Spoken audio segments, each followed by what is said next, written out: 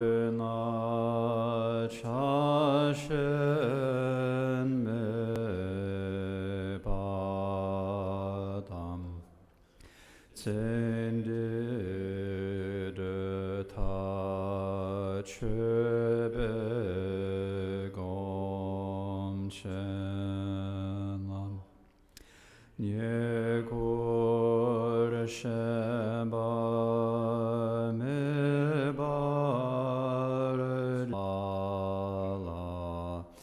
Jundo soa de me gonchen Jumin mugu jewar jinjilo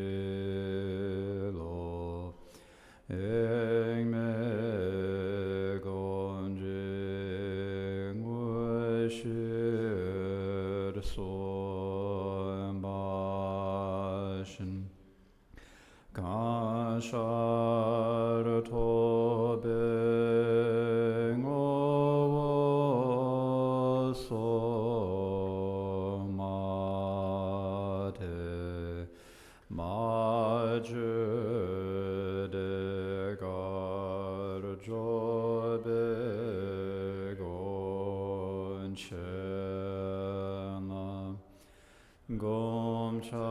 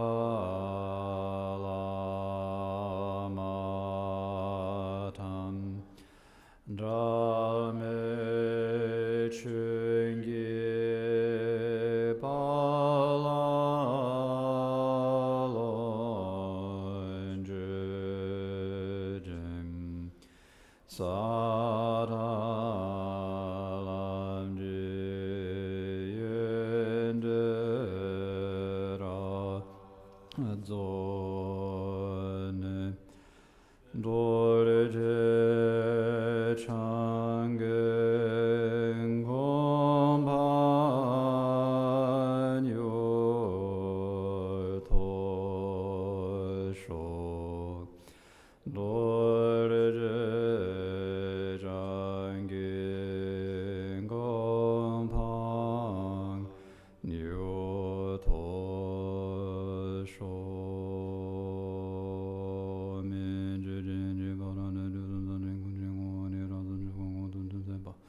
Zawai lame shabdu gu cha za da da zin zin da zin lo chi su zhuo re jin ji lam zhu so chi lam zhu zhuo jin ji lam zhu so an zhu ba zo jin ji lam zhu so chu ba ye shi su cha wa jin ji lam zhu so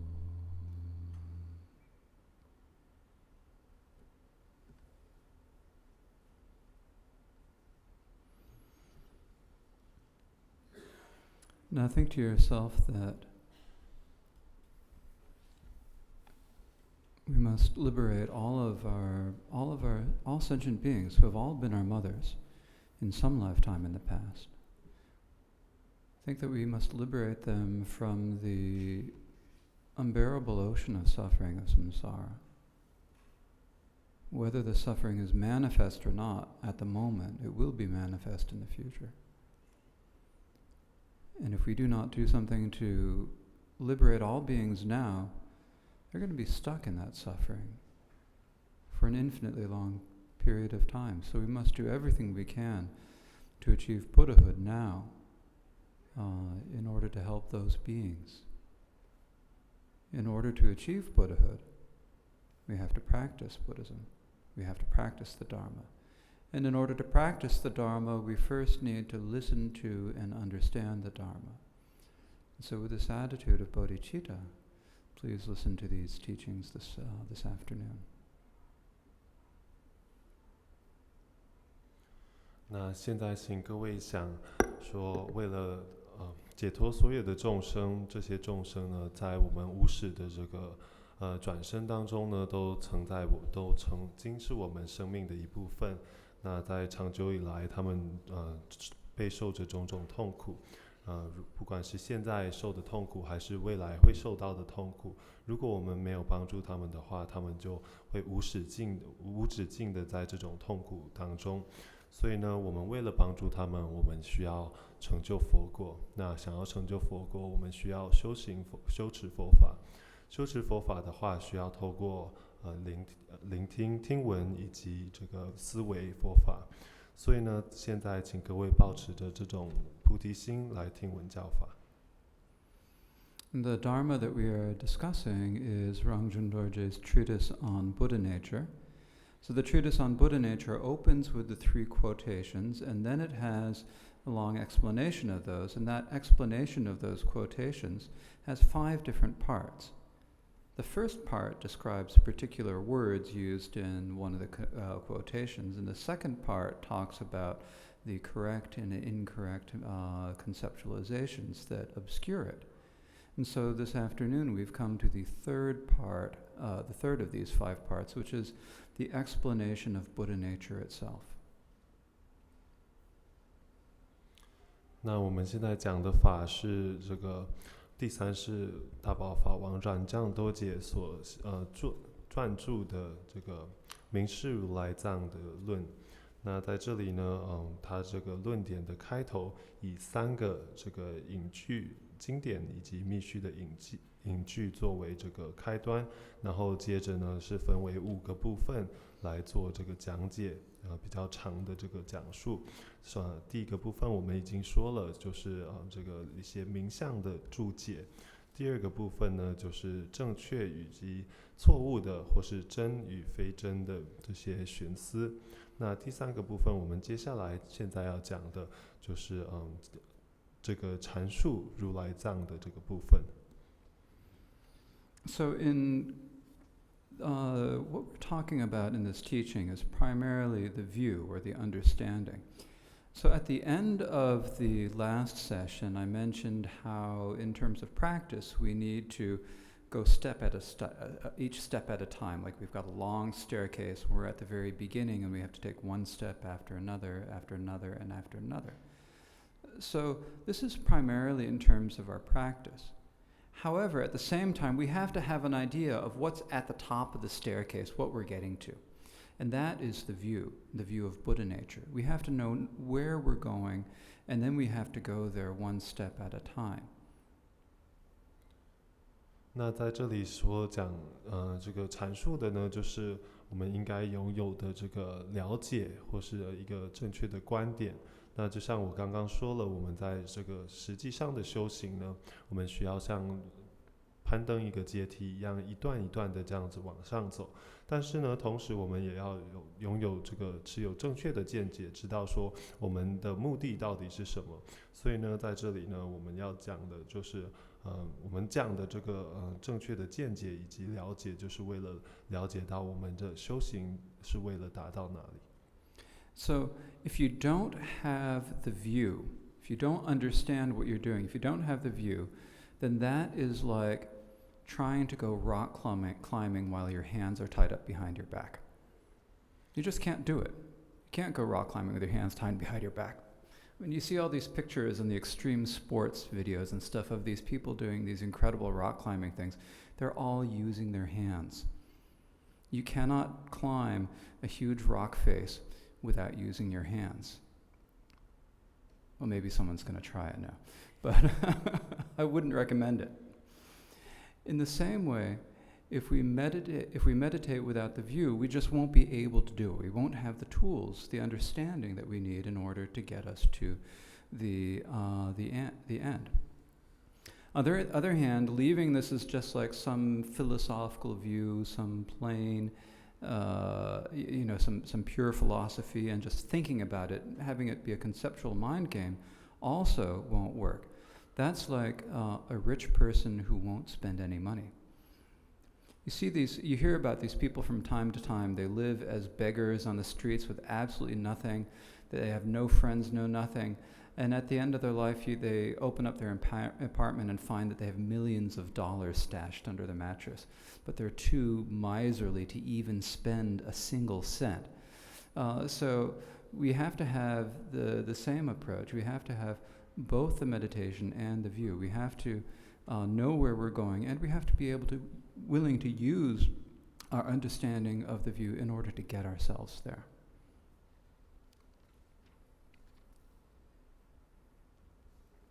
所以呢，在这里，如果我们没有这种正确的见解，或是不了解说我们的目的是什么，这就好比呢一个攀岩家呢，他在登山的路途不用他的双手，或是他的双手是绑在他的这个背后来做这个攀岩的，根本就是不可能的事情。像我们在这个网络啊，或是看电视的时候，看到很多极限的运动的这些攀岩者，那他们在这攀岩的过程，当然都是有用他们的双手的，那从来没有一位是不用双手的。那现在这么说，或许会有人去尝试，但是呢，这并不是一个好的办法。如果我们在这个禅修的修持的过程呢，没有去了解这个正确的这个目的的话呢，就好像我们在禅修，然后没有在用我们的工具一般的，这样我们是达不到目的的。那相同的，也有人呢，只是把我们今天得到的这种见解，正确的见解，有的人只是把它留在他们的脑中，然后就当做一个这种学术的这个知识来藏着，然后不实践。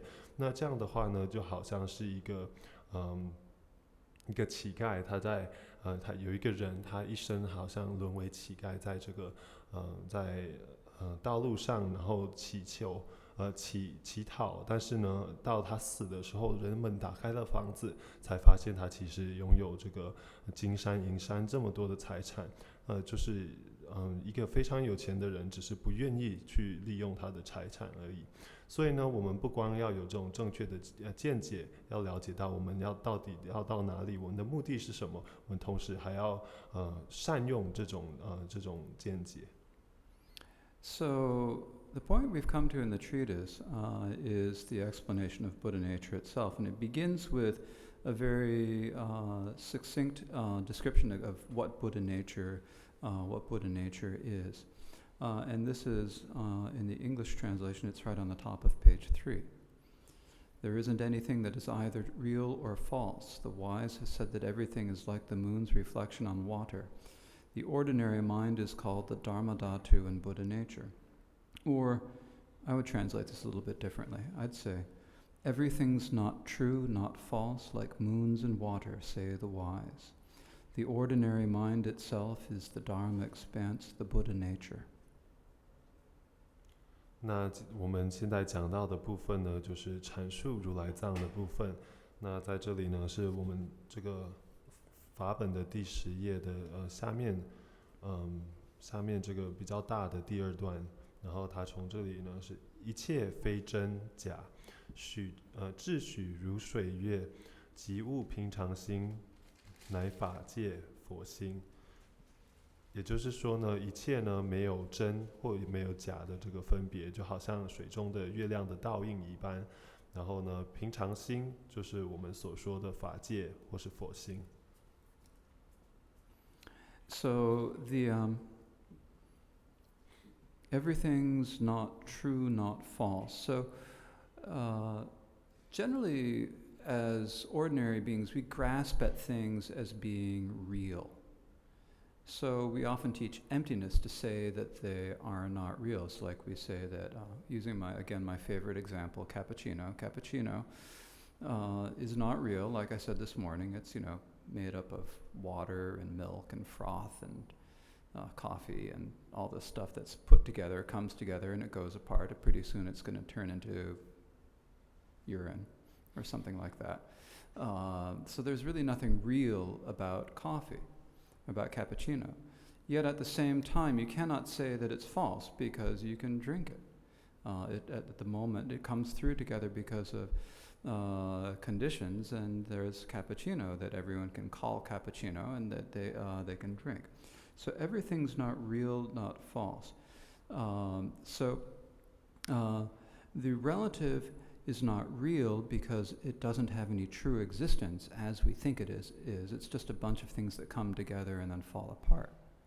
But it's also not real, but it's also not false because the interdependence occurs without ceasing.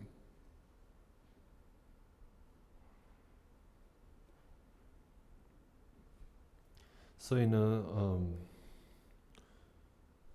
我们作为凡夫呢，我们将我们所见的一切事物都执为真实的，但是呢，它们的实性呢是空的，并不是真实的。就像之前给予的这个例子 ，cappuccino， 它是以水、咖啡，还有这个奶泡，还有杯子组成的，所以实际上呢，它并不是一个 cappuccino， 并不是一个实际的东西。但是因为这些因缘和，我们没有办法说，它是假的，因为它就在我们面前，我们是可以把它拿来喝的。所以呢，在这里说一切非真就是这样子，因为他们的这个自性都是空的，但是它也非假，因为呢，它有了这些因缘和，所以它不会停止他们的这个产生，他们的变化。Likewise, the ultimate nature, you can't really say that the ultimate nature is either true or false either. The ultimate nature, it's obviously not false because everything is, everything ultimately is the union of clarity and emptiness. And yet, you can't say it's true either because there's nothing there to be true because it's emptiness. So whether we talk about the relative or the ultimate, there's nothing true or false in either of them.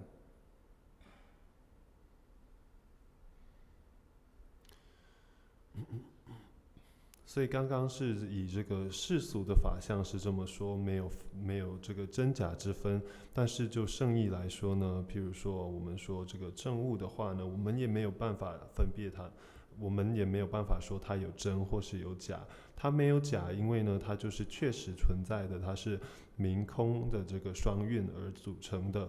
那同时呢，我们也没有办法说它是真的，因为它就是空性的，它没有让我们可以真正去这个捉摸的这个部分，所以我们也没有办法说它是真或是假。So everything is like the traditional example that's given. This is a common example that's shared by many teachers. It's called the moon and water. Reflection of the moon shining on water. So if you go to some place in BC, other than the lower mainland, and you go to some beautiful pond, and you have in the night, it's a full moon, and you see the reflection of the moon in this glassy pond. This is what we call it, the moon and water. So you've got the moon and water. Now, is there a moon in the water? You can see the moon in the water. But from the so the moon's reflection appears in the water, but there's no moon there. From the very moment that the moon appears in the water, it has never existed there.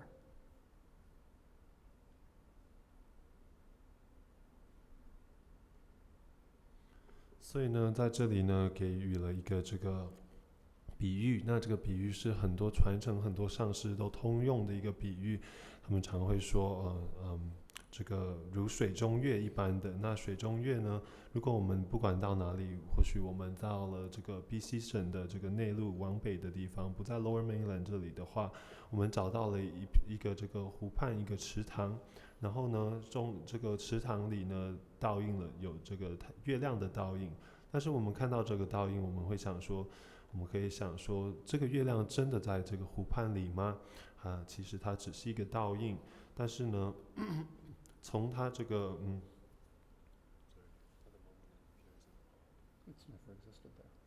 那其实呢，它在这个湖畔里，这个显现的这个当时呢，从那一刻起，它其实就没有实在的这个实体的存在在这个湖畔当中，它只是一个倒映，它不是月亮本身。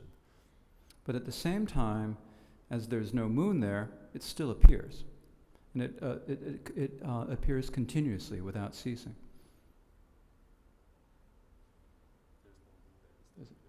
It still appears. Yeah. 但是呢，同时如果就是我们外向没有月亮的话，这个倒映还是存在的，它一直都存在，它从来没有消失过。So when you start to look at it, that appearance of the moon is not separate from its non-existence. There's no difference between the moon appearing in the water and the moon not existing in the water.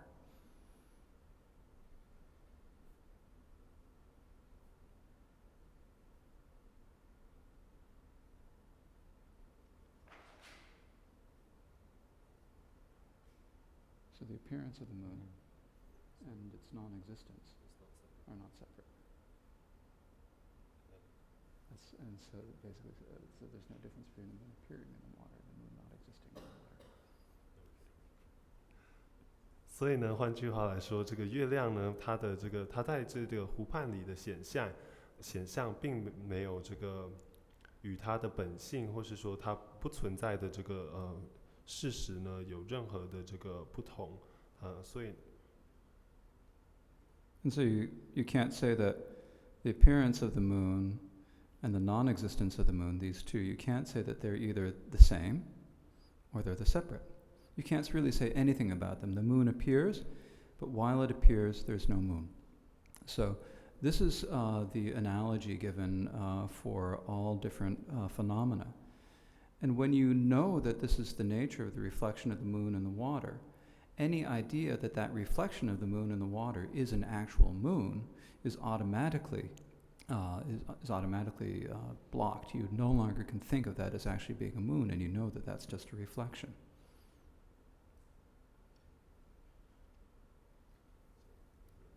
Yeah, it's not so easy. It's too difficult. Sorry. It's like the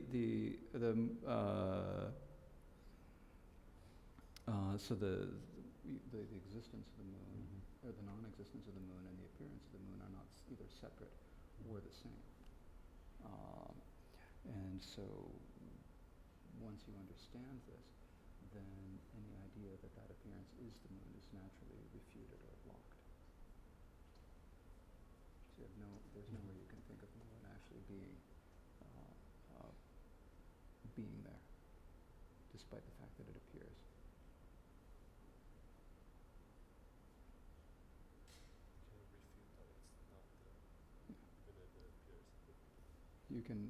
It stops your attachment to it. So basically what this means, maybe it wasn't clear for English speakers either, basically what this means is that when you understand that the moon appears, that the reflection of the moon appears without the moon actually being there, when you understand that, then any attachment to that, then you can no longer cling to that idea of that being the moon and the water, because you know that it is reflection.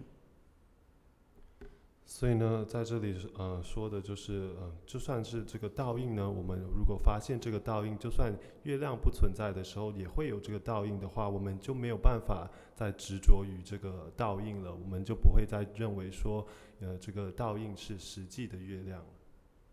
So this is basically saying that the forms are empty, as it says in the Heart Sutra. It says, form is empty, emptiness also is form. So the form, when you analyze the form, you can't find anything there that really exists, so it's emptiness. And yet at the same time as forms are empty, they can still appear. So they're not true and they're not false. They're all sorts of, it's interdependent causes and conditions coming together to create appearances. We then cling to the appearances as if they were true, and because of that, we then feel greed or attachment to the ones we like, aversion to what we don't like, And because of that, we then commit actions that perpetuate samsara. 所以呢，这就像《心经》所说的，色即是空，空即是色。那我们如果去好好的去研究一个色的话，或是一个显象的话呢，我们发现它实际是不存在的，因为它是性空的。但是呢，同时呢，这个空性的东西却有这个显象，所以我们也没有办法说它是不存在的。所以呢，在这里呢，我们呢把这个显象的，我们因为不了解这点，所以我们将所有的显象都执为实，然后认为说这是真实，任何东西都是真实的。那因为我们有这种错误的执着，那我们就会对喜欢的东西产生这个贪着，然后对不喜欢的东西产生排斥。那因为这些排斥以及喜欢，我们造就了种种的行为。那这些行为就是像我们之前所说，造就了因果，还有让这些法相存在的因缘。So if you understand the nature of appearances as being ultimately empty of any essence, then you're no longer attached to them as either something that you like or something that you don't like. And when that happens, then you are able to really truly perceive their real essence. And so this is what Buddha nature is. It's this empty nature that is not separate from the appearances. It is the union of appearance and emptiness, or the union of clarity and emptiness. 所以呢，如果我们可以去了解到这个法相的这个本性呢是空的，我们就不会再拥有这种执着，不会再取舍这个喜欢或是不喜欢。那这样子的话呢，我们就可以真正的了解到万法的这个的自性，也就是佛法佛性。那换句话说呢，佛性呢它的本性是空的，但是同时呢它又有显象，所以它是明晰的，所以它的佛性呢是我们说是明空双运的。So this is the general explanation of Buddha nature. The next two lines talk about Rangjung Dorje's particular description. It says the ordinary mind is called the Dharma Dhatu in Buddha nature. The ordinary mind, this is a term that Rinpoche talked about a couple weeks ago. So ordinary mind is a term that comes from the Mahamudra instructions. When we say ordinary mind, what this means is resting in meditation and not doing anything to our mind, not trying to add anything to our mind, not trying to take anything out of our mind, not trying to manipulate or fix our mind in any way. That's what we mean when we say ordinary mind.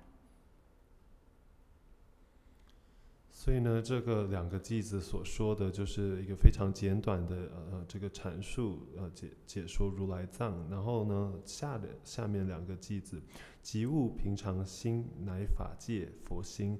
那这里呢是就像仁波切几周前所教导的，这个平常心呢，在这个大手印的这个传承里面呢，什么叫做平常心呢？就是当我们安住在禅定当中，那也就是说呢，我们的心呢，什么也是非常的不造作的，它没有添加任何东西，也没有这个舍弃任何东西，我们一点改变都没有，就让我们的心性非常平静的处于在这个禅定的状态当中。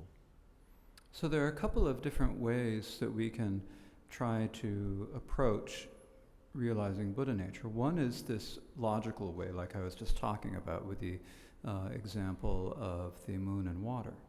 But another way is by doing meditation. And so when you talk about it in terms of meditation, this means instead of thinking about things logically, instead we just sit, we let our minds come quiet, and then we just look inside at our internal mind. We don't look at external things. There's no need to look at ponds in BC someplace. You don't have to travel anywhere. You can just do meditation wherever you happen to be, and just sit and look inside at your own nature.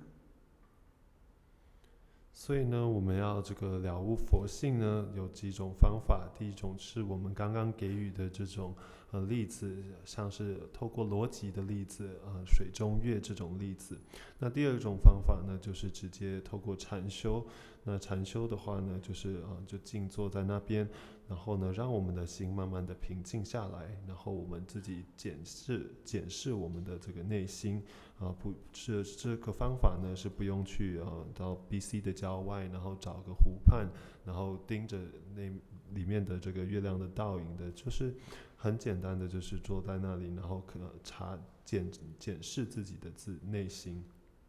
So instead of using logic, instead you just look at your internal mind to see what it's like.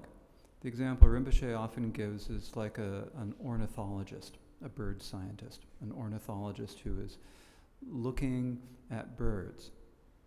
You know, the ornithologist could go to the library and read up all about birds, but ornithologists can also do field work.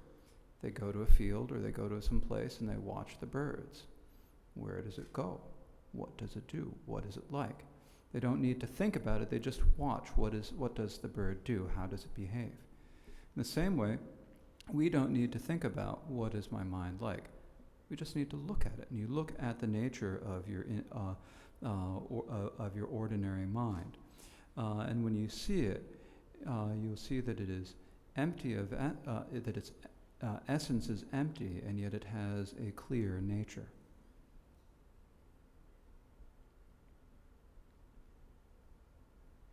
所以呢，我们不透过逻辑，我们就透过禅修。那在这里呢，仁波切常常给予一个例子，就好像是这个观察鸟类的科学家一般。这些科学家当然他们可以去图书馆翻阅书籍，然后好好去了解每种鸟的习性。但相同的，他们也可以选择到这个实际的野外，然后去好好的观察这个真实的鸟，然后观察他们的去向、他们的这个行为等等的。所以在这里呢，我们呢不是光想说透过逻辑推想我们的心性是如何的，我们是真正的就坐在那边好好的检视我们的心性是什么样的，然后我们会发现它的这个本性是空的，但是同时呢，它有一个非常明晰的这个部分。And so when you look at the Buddha nature and you see that its essence is empty, when you look at the ordinary mind and see that its essence is empty, that it cannot be established as anything, that doesn't mean that it just becomes blank.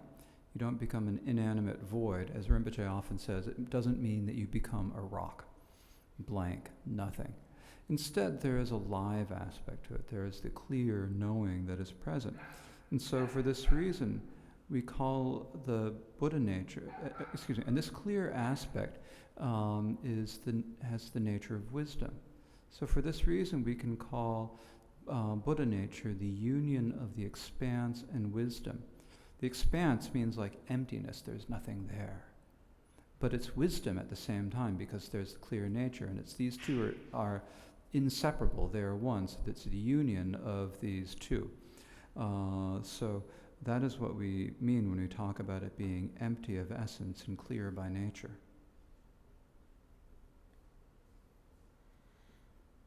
所以呢，我们在这里所说佛心就是平常心，就是说呢，它的这个本质，它的本性是空的。但是这种空呢，并不是这个虚无，什么都没有，它并不是一个没有生命的东西，它是活生生的存在的。因为呢，这种佛性呢，拥有这个明晰的部分。然后呢，就是这个明晰的部分呢，我们也可以叫做智慧。那所以呢，我们说佛性呢是这个智慧，还有这种虚空般的这种空性的这个结合。So this can be called by many different names. You could call it anything. Actually, you can give anything any name you want, but people aren't necessarily going to understand you. But here we can call it by the names, and two names given here are the Dharma Dhatu and Buddha nature. So the Dharma Dhatu, that emphasizes the emptiness of it. it is the emptiness. Whenever we talk about emptiness and interdependence, that's exactly what we talk about, the Dharma Dhatu. But this is like what contains all phenomena. That's difficult for us to realize. And so instead, in Mahamudra, we look at the nature of our own mind, we realize that. And what we realize there is the Buddha nature. So it's like looking at the nature of our mind to see one aspect of Buddha nature, of the Dharma Dhatu. When we realize that one aspect, then we can naturally realize the entire Dharma Dhatu. 所以呢，这种佛性呢，可以给我们在这里有好几种名字。然后呢，但是呢，当然我们可以自己给它取名，但是别人可能听不懂。所以在这里给它的名字呢，有这个法界，其中一个叫做法界。那在这个名字呢，法界这个名相呢，主要就是着重于佛性空的这个部分，因为呢，所有的这个法界里产生的事物都是透过因缘而生的，所以它们的本性是空的。所以在我们说法界的时候呢，这就孕育了所有的这个法相，我们所见的一些显象，所有的显象就是万法。但是呢，如果要讲法界包含了这么多东西的话，或许有点难以这个了解。所以在大手印的这个传承呢，我们教导说，我们要观察自心，然后观察心的本性就是佛性。那这样子做观察的话，我们只是观察这个法界中的一小部分，然后透过了解这一小部分，我们可以了解这个法界，作为一整个法界来说呢，它的这个性空是怎么样？是以什么逻辑来说的？ So we've got several different names for the same thing. It's all the same in essence, but we can call it ordinary mind or Buddha nature or Dharma Dhatu. And no matter what name we call it, it doesn't change. So enlightenment cannot improve it, unenlightened beings cannot corrupt it. It is described by many names, but its meaning cannot be known through verbal expression. So when someone becomes a bodhisattva on the bodhisattva levels, or a Buddha, does that make their Buddha nature any better? It doesn't. It's exactly the same. When if someone falls from the human realm to the animal realm and is reborn a sea slug, does that make their Buddha nature any worse? It doesn't. It's still exactly the same. In fact, a sea slug and I'm sorry, I'm sitting here thinking, I know what this is like as the translator. When someone says a word like sea slug, and you're trying to think, now how do I say that? So is there any difference, between the Buddha nature of a sea slug or any other ocean critter and a Buddha? 所以呢，在这里呢，我们给它很多这个名相，但是不管叫什么呢，我们可以叫平常心也好，叫法界也好，叫佛心也好，但是呢，它是不变的。就像接下来的偈子说：“圣者不添善，众生不令恶。虽说众名相，说而不知义。”所以呢，如果我们在这个成佛之后，或是证得菩萨之后出地啊等等的时候，这个时候我们的佛性和现在有差别吗？没有。我们变成菩萨或是成佛呢，并不会将我们的佛性添加任何的善，或是并不会将它这个变好。那相同的，我们众生呢，作为这个轮回的众生，也不会令恶，不会让它变得比较差。所以换句话来说呢，如果我们拿这个佛陀的佛性，还有海底的生物啊，譬如海参啊，或是其他的这些生物来做比较的话，这两者的这个佛性是一模一样的，是没有差别的。So all sentient beings have this Buddha nature, but we can't realize it by talking about it, by describing it. We actually have to, the only way to really realize it is through experience. And that experience can only come by us following the steps of practice and gradually eliminating all of our incorrect conceptualizations so that we can see the Buddha nature as it actually is.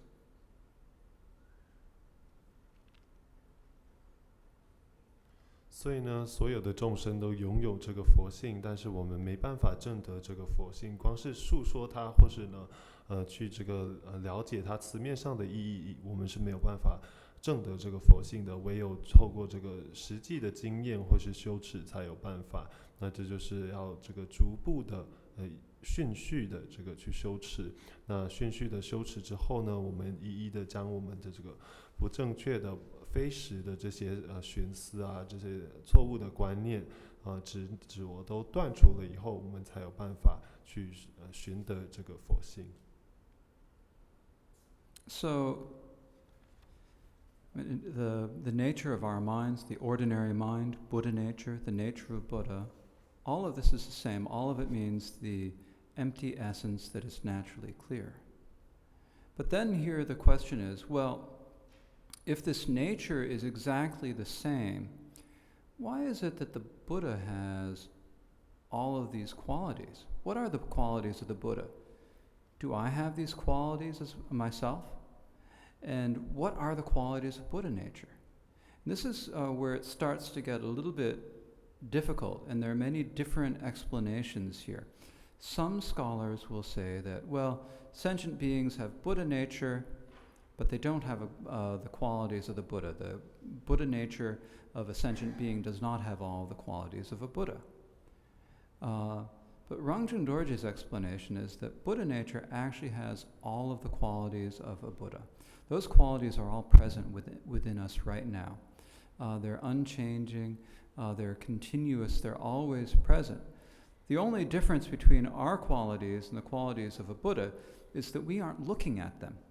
We don't believe in them. We don't expect them to be there. We are too obscured by our afflictions and by our thoughts to see them. So we aren't able to make them manifest. But when they are manifest, they are what is described in the next verse, which reads, "The 64 qualities of its unceasing manifestation are taught to be a simplification. Each one of them also has millions."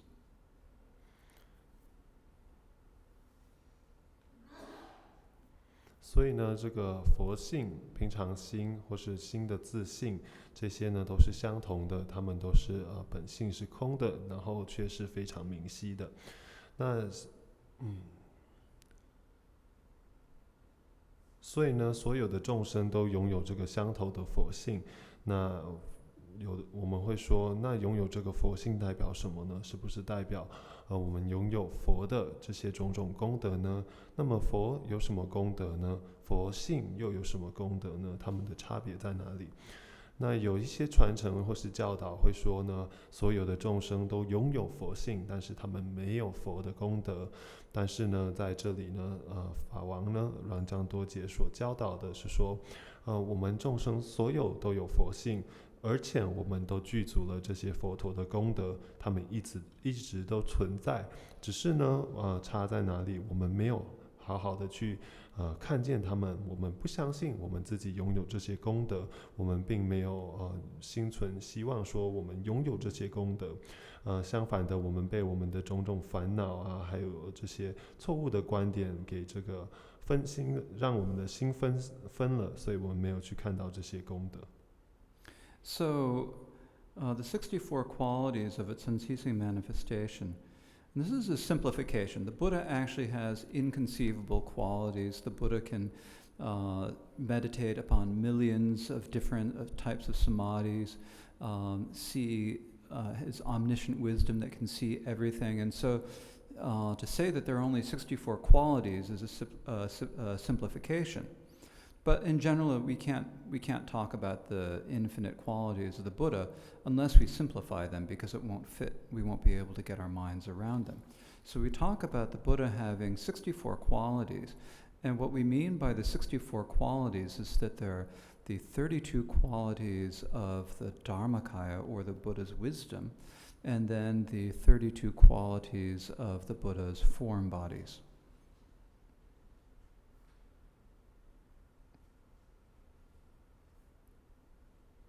所以呢，在这里呢，接下来我们要说的是这个如来的功德。那这里说，彼无碍化现64功德，粗分若细说，则可成句之。所以呢，这个我们简单来说的话，是把这个佛陀的种种功德非常的简化为64种。但是呢，如果真正的这个去细说的话呢，则是这个上百万的，因为佛陀光是这个入定的话，它就有100万种的定可以入，然后它是遍知的，种种功德我们是说不尽的。所以呢，在这里呢，我们把它简化为64种。那这64种呢，我们把它分为32种是述说佛陀法身的这些功德。那法身呢，换句话说就是佛陀的智慧。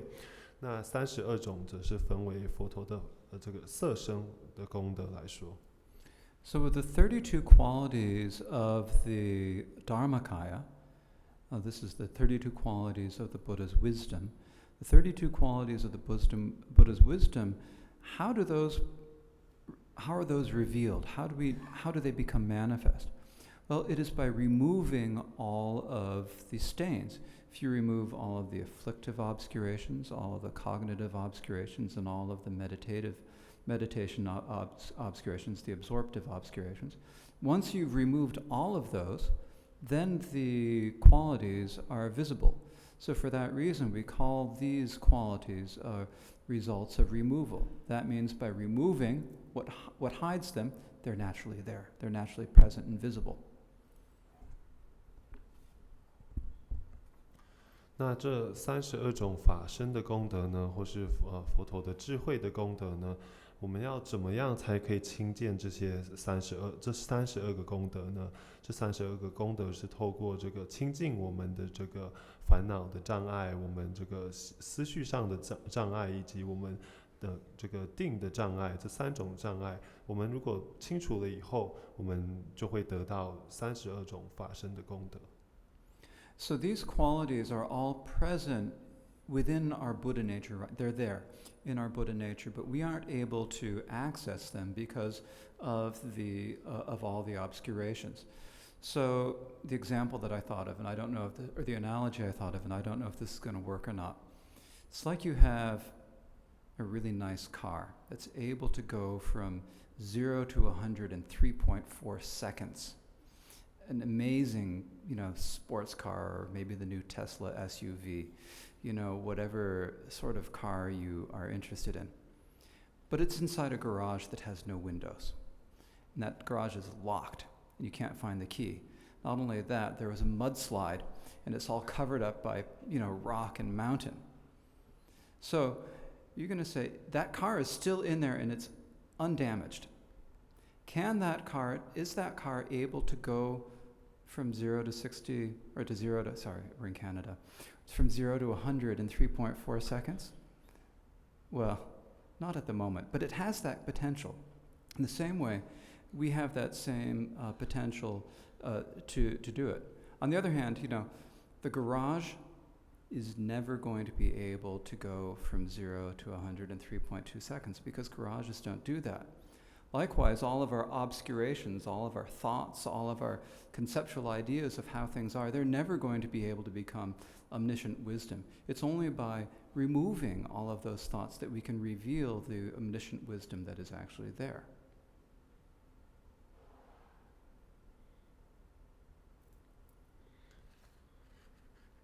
所以呢，我们的这些功德呢，一直是存在的，与我们的佛性存在的，只是我们没有办法去接触到这些功德，因为呢，他们被这个我们的障碍所覆盖了。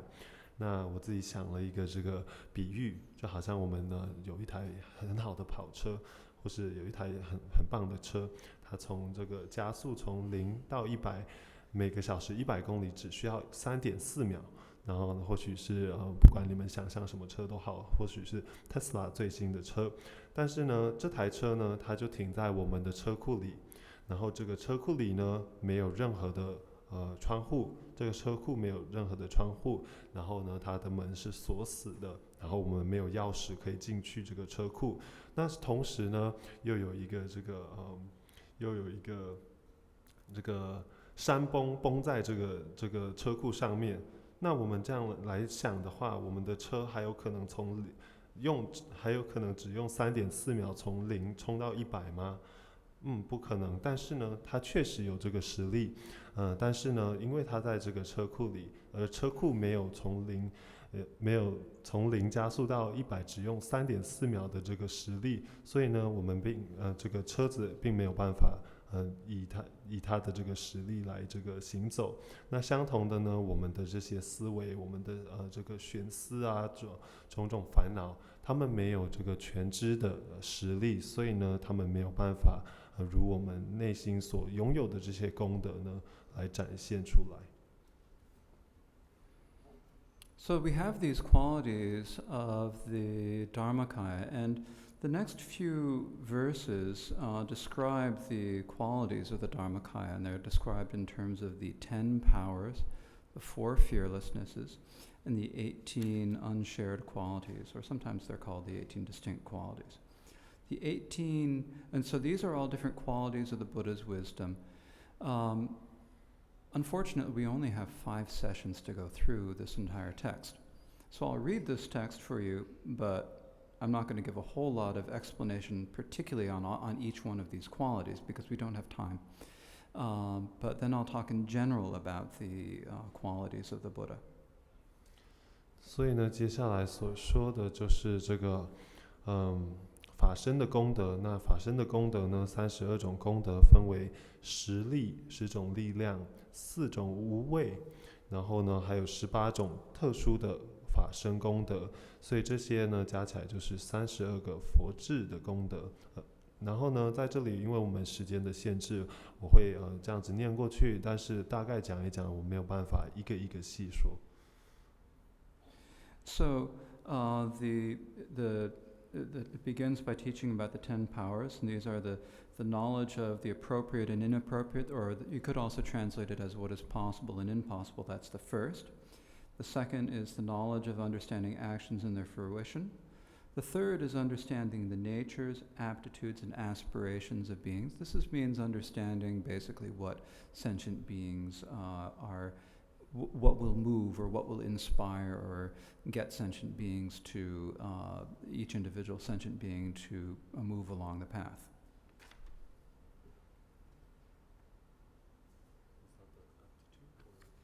So all 3 together. Natures, aptitudes, and aspirations all together. 所以呢，在这里呢，相应的句子是由知处非处，这是第一个功德，就是知道可能的以及不可能的。然后第二个是易熟、易熟，然后戒语根、知性、遍行道。那在这里呢，这个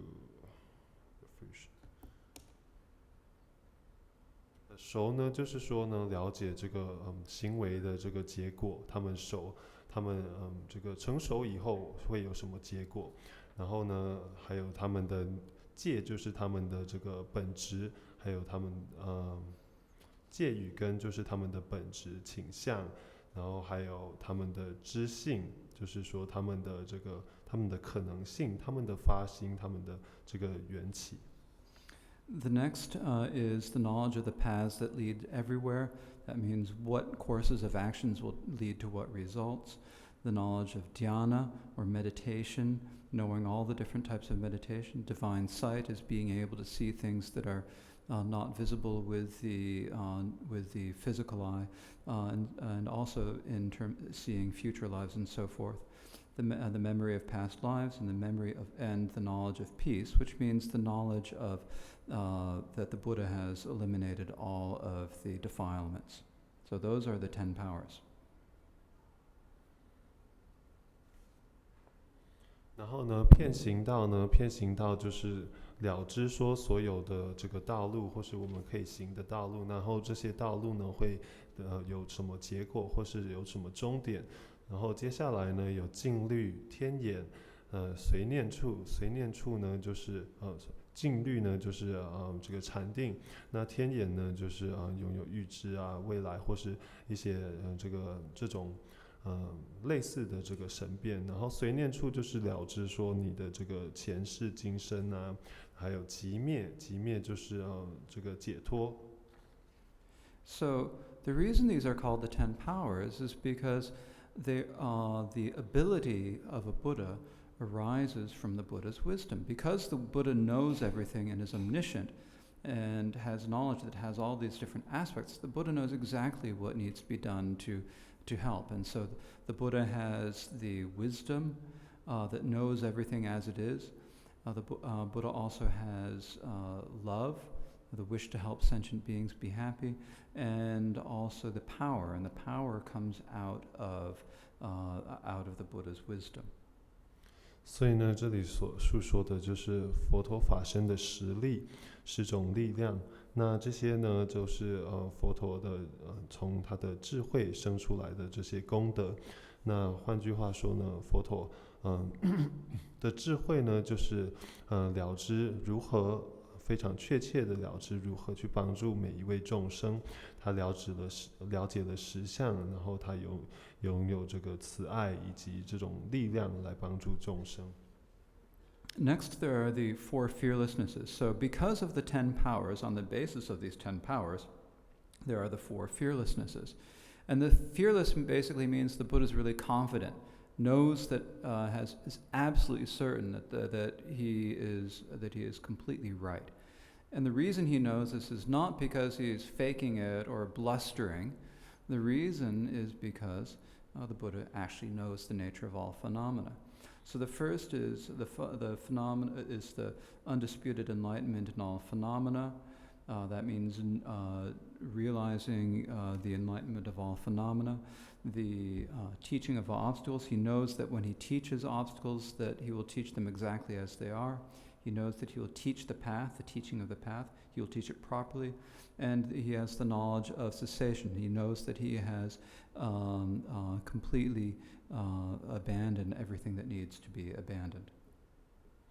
所以呢，接下来的4种功德呢，叫做4无畏。那这4无畏呢，它如这个法本所说，依力4无畏。所以这4无畏呢，是依据这个实力所升起的。然后呢，这个什么叫做4无畏呢？就是说，如来呢有这个绝对的信心，他的这个教诲是无误的，他并不是自己自卖自夸的。因为呢，为什么呢？因为这里说，是诸法菩提，是道灭无争，就是他知道呢，他这个诸法的这个的自性，就是万法的实相，就是菩提。然后呢，他因为了解了这些法相，他是众生于道灭还有无争，就是呢，他是众生如何，他教导了这个种种障碍，我们会遇到的这些障碍烦恼，然后示了这个道路如何跨越这些障碍的道路，还有如何让这些如何让我们达到极灭的这个方法。So the next are the 18 distinct or 18 unshared qualities of the Buddha. And these are qualities that only the Buddha has. The bodhisattvas don't have them. Even the 10th level bodhisattvas don't have them. Arhats don't have them. Forget about anyone else. So these are qualities, because of those causes, these are the 18: no error, no chatter, nor forgetfulness, continuous meditation, the absence of a variety of identifications, the absence of undiscriminating neutrality, an undeteriorating aspiration, diligence, mindfulness, meditation, knowledge, and the vision of the wisdom that sees complete liberation, every action being preceded by wisdom, and being unobscured into relation to time. So those are the 18. I'm not going to go into them in detail. Basically, it means that the Buddha is never distracted in any of his actions of body, speech, and mind. The Buddha always has the wisdom, always acts on wisdom, and never has even the slightest bit of doubt or ignorance or uncertainty.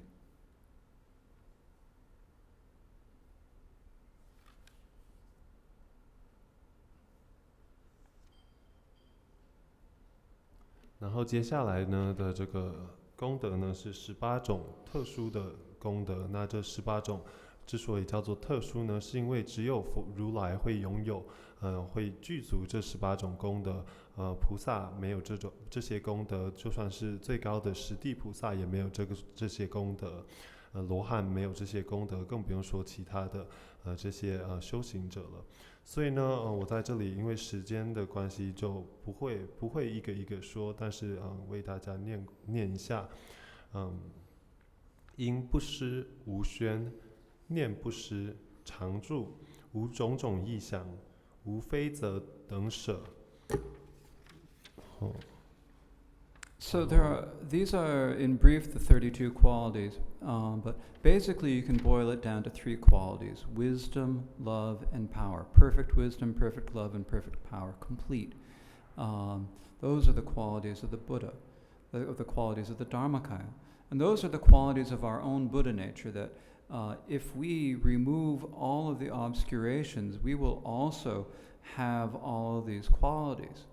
But the question then comes, well, if those are present, why do they not appear now? If we have this wonderful wisdom, love, and power, why can't we display that? Why can't we use that wisdom, love, and power right now?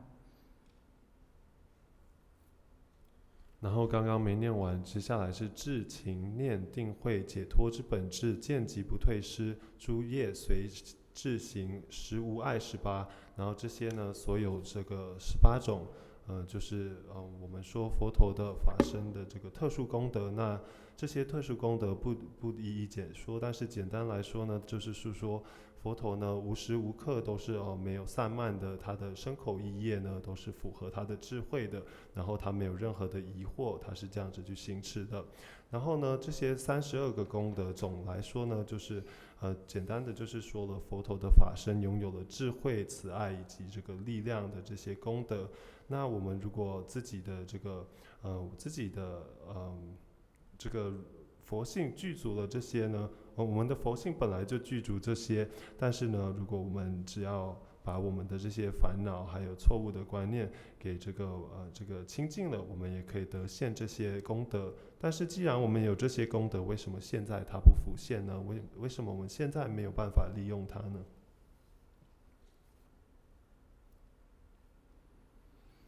So the next several lines discuss this, and these are the lines at the top of page 4, where it says, "In the present there is the contradiction of that, there is no certainty of it as it is.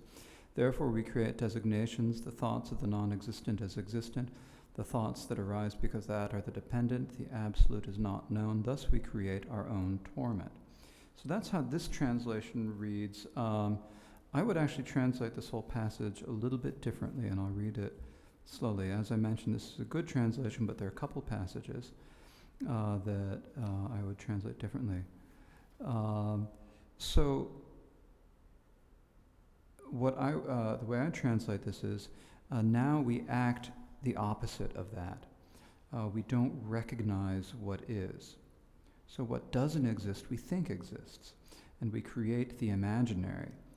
The thoughts that produce are the dependent, and we don't know the absolute. So we are bound, or so we are tormented by what we've made. So, well, maybe you should translate this bit. You can probably just read the Chinese of that. 所以呢，这个接下来的部分就是述说为什么我们的这些功德住而不现，它们是存在的，为什么不显现呢？今于彼相为，即事不作事，于无执为实，生片计依他，不知缘成实而自造纷乱。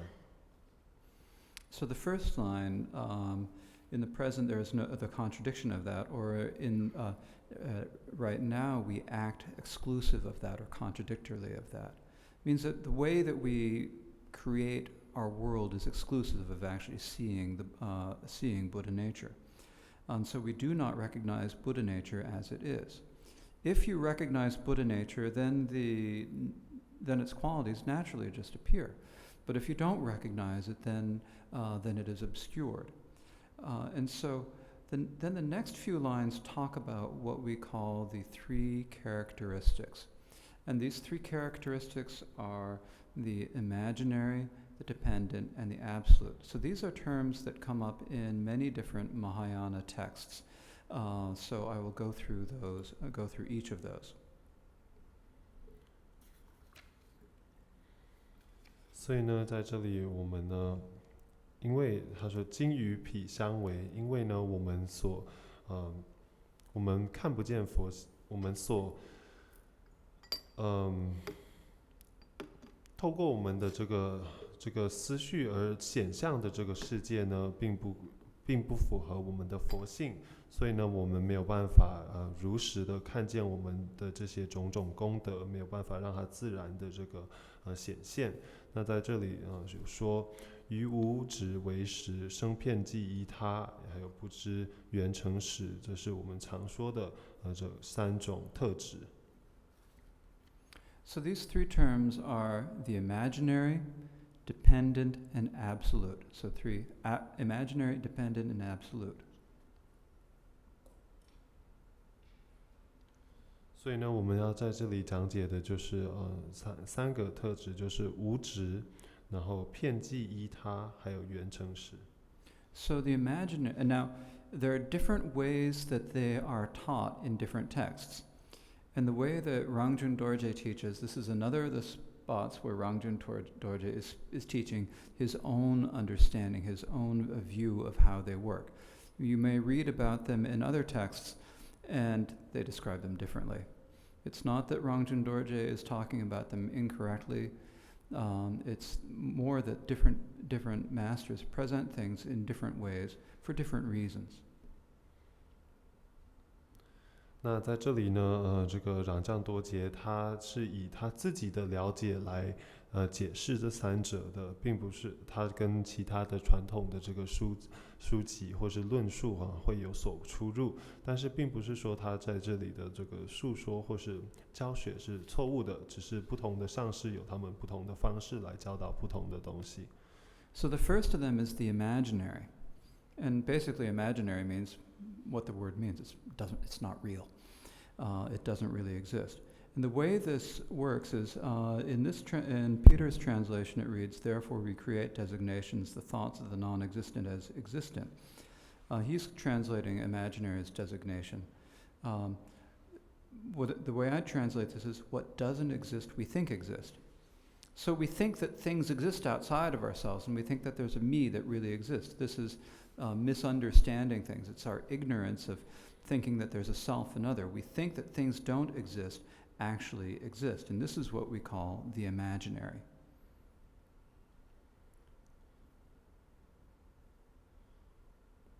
那第一个呢，我刚刚说无执是说太快了，不是无执，是说无执为实，就是好像英文的翻译比较简单，就说是想象出来的东西。那想象的东西呢，就是说把没有的，我们把它执着为是实有的。那为什么会有这种错误的观念呢？就是因为我们没有去了解到这个实相，因为我们的愚痴而把无执为实。所以在这里呢，第一个这个特质就是无执为实。So this is the imaginary, like basically the appearances, the dualistic appearances of things outside of ourselves. And then, based on those, the thoughts that arise that because of that are dependent, or the thoughts that produce are dependent. So the dependent means that you see something outside of yourself. You see cappuccino or a Tesla, and you think, I want that. And you have all sorts of thoughts. How am I going to go? When am I going to be able to have time to go to Starbucks or to get my Tesla? Or can I drive my Tesla to Starbucks? Will it do it on autopilot? All of these thoughts are dependent. So you have the imaginary thoughts, which are sort of like the dualistic appearance we have. Then based upon that, we have the dependent, which are all of the other thoughts of greed, hatred, and aversion, and so forth that are built upon them.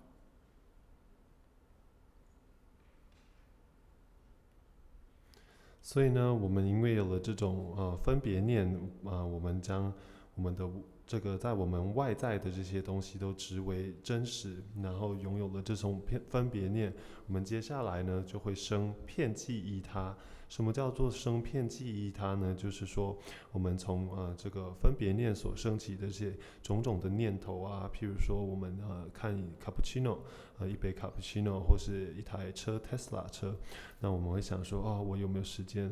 接着就会想说，我们有没有时间去 Starbucks 买 cappuccino 啊，或是说我有没有时间去开着我的 Tesla 去兜风啊，或是直接开着 Tesla 去 Starbucks 买 cappuccino。但是呢，在这里呢，这些分别念所升起的这些其他的念头，叫做遍记忆他，也就是我们的这些种种嗔恨啊、贪着啊这些种种烦恼，叫做遍记忆他。Then the third of the characteristics is the absolute. The absolute means the nature of everything as it is. Because we get so caught up in all of our ideas, in the dependent, in the imaginary and dependent, we are unable to recognize the absolute. And because of that, we create our own torments. 所以呢，最后一个叫做圆成实。圆成实呢，就是圆满的这个就是如实的，也就是了义的这个实相。那在这里呢，我们之所以没有办法知道，我们不知圆成实，就是因为我们有遍记忆他，然后我们被这些种种的这些烦恼还有思绪所带走了，被他们扰乱了，而创造了我们自己的这些种种痛苦，所以呢，而自造纷乱。And so the verse continues. Oh, understanding these qualities as the Dharmakaya to be the understanding these qualities of the Dharmakaya to be present is the knowledge of the truth. But in the present, those with little capability reject the knowledge of truth and fabricate untruth. Follow that and adopt it with agitation. This last line, the translation is a little bit strange. It actually should read. It is because of the movement of following those. So it's the movement of following the imaginary and the dependent prevents us from realizing the ultimate or the absolute. 所以紧接着他又说，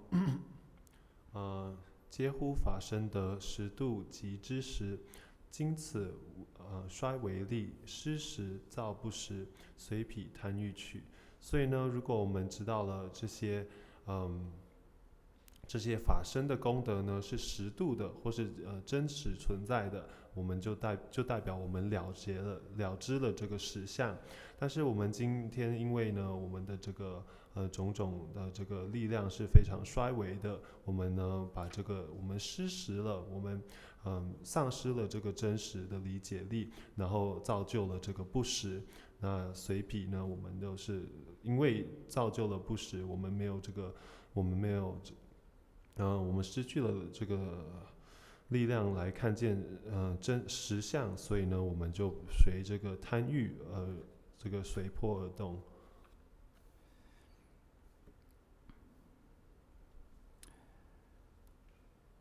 So know it to be what it is. So if we want to see the qualities of the Dharmakaya, we need to know it to be what it is, and in that knowledge, its powers will be obtained. All we have to do to achieve the powers of the Dharmakaya is to recognize it and know it. Now that takes a long path that we have to go through step by step to do, but we have to have the certainty that the qualities are there. And they're present, and all we have to do is recognize them for them to become manifest. 然后呢，接着又说，如是知其力，其知得其力。换句话说呢，我们呢要达到这个佛性的话呢，我们就要知道它是存在的。然后呢，虽然当然我们只要一了解到这点，我们就会证得佛性。但是讲是这么简单，要实践的话是一条非常长的道路，然后要渐训而做。然后在这里呢，但是我们呢，虽然是一个很长的道路，我们要知道说，我们要确切的说它是存在的，而且我们只要这个了解到这一点，我们就可以马上的得到它的这个力量。So when we rest in meditation, we're trying to see the nature of our mind. actually it's the ordinary mind. There's nothing to do with our mind. We don't need to add anything to it. We don't need to take anything away from it. We don't need to make it better. We don't need to make it worse. We don't need to do anything to it. And so that's what this next verse says. It says, there's nothing in this that has to be removed. There isn't the slightest thing that has to be added. Truly see the truth, and if one sees truly, there is complete liberation. 所以呢，在这个禅修当中呢，我们只要去亲见我们的心性，也就是呢，亲见我们这个平常心，我们不需要添加任何的东西，不需要删去任何的东西，它无从可以这个进步或是退步。所以接下来呢，这里又说，于法无所减，亦复无所增，如实知实地，正此即解脱。So that citation, by the way, is found in several texts. It's found in Maitreya's Uttara Tantra Shastra, as well as in Maitreya's Ornament of Clear Realization, and it also is in the Hevajra Tantra, the two books.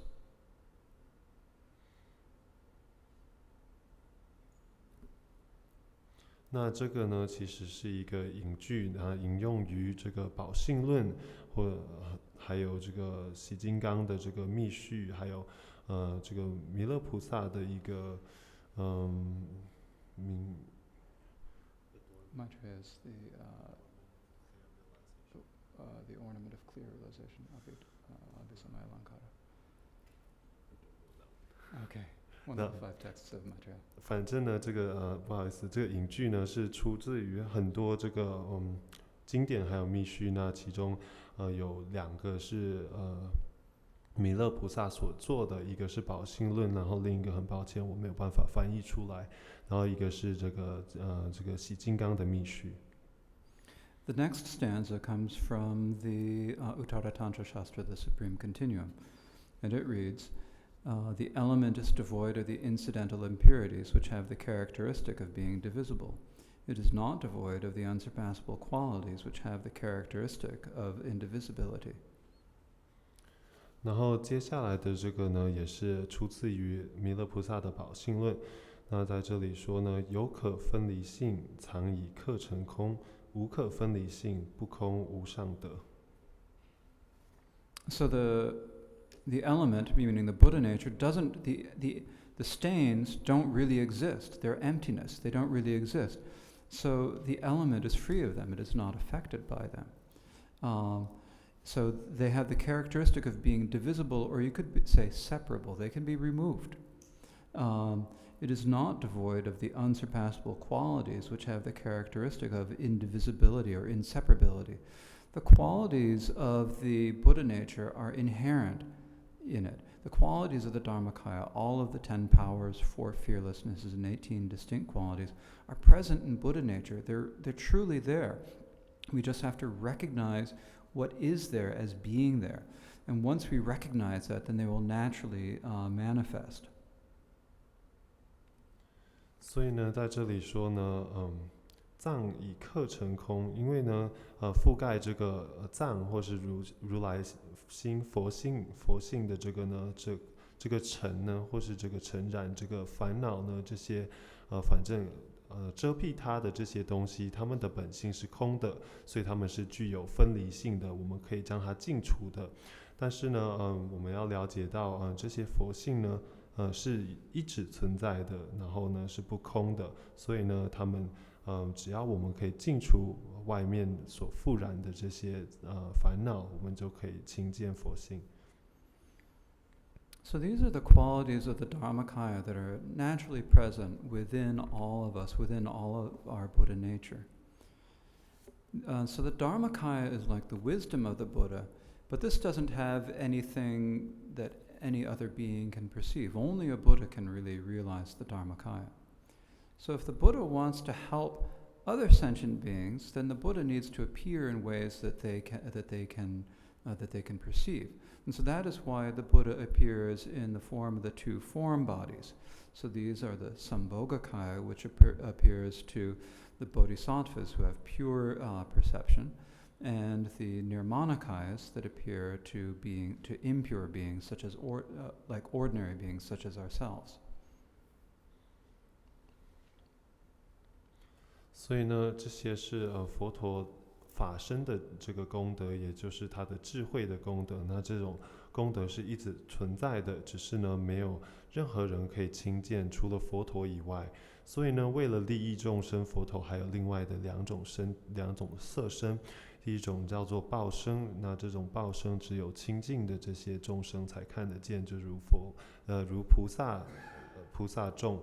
然后呢，还有一个叫做化身，化身就是不净的这些众生，如这个轮回当中的众生都可以看得见。So the nirmanakayas, actually, even the nirmanakayas, there are many different types of nirmanakayas, but when you talk about nirmanakaya Buddha, like the Buddha Shakyamuni, then we mean a Buddha who has all of what we call the marks and signs, the 32 marks and the 80 signs of being a Buddha. So this means like having 40 completely even teeth, the ushnisha, the sort of bulb on the top of the head, the long arms, the arm span equaling his height, and so forth. So these are all the qualities of the body of a Buddha, and together, and so the supreme nirmanakayas have these qualities, and also the sambhogakayas, Buddhas also have all of these qualities. So these are the qualities of the form kayas, as it says here.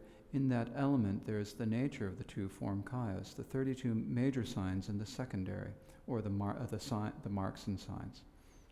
所以呢，这两种色身呢，也有他们相具的功德。那在这里呢，我们常听说，譬如说，这个释迦牟尼佛啊，在经典里有记载，他有32相好，还有80随行。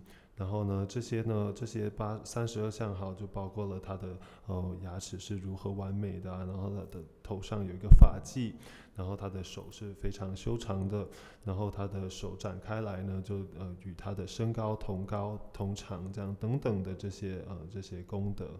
所以这里说二色身本性32相好。So here, what Rangjung Dorje is saying is different than what many other texts say. Most the qualities of the Dharmakaya, everyone agrees that these are qualities of removal, the 32 qualities of removal. When we talk about the qualities of the bodies, the form kayas, these are what are generally called the qualities of ripening. So it's through the maturation or ripening of the Buddha's gathering merit over an over an interminable number of eons, that his body appears with all of these marks and signs according to the general presentation. 那这个部分呢，就是rangjung多杰跟其他的大部分的这个论点有出入的地方，大部分都是同意这个32种法身的功德呢，是透过这个净除我们的这些烦恼所得到的。然后呢，但是接下来呢，32个色身的这个功德，通常叫做熟果，这个成熟以后，或是一个成熟的这个果。那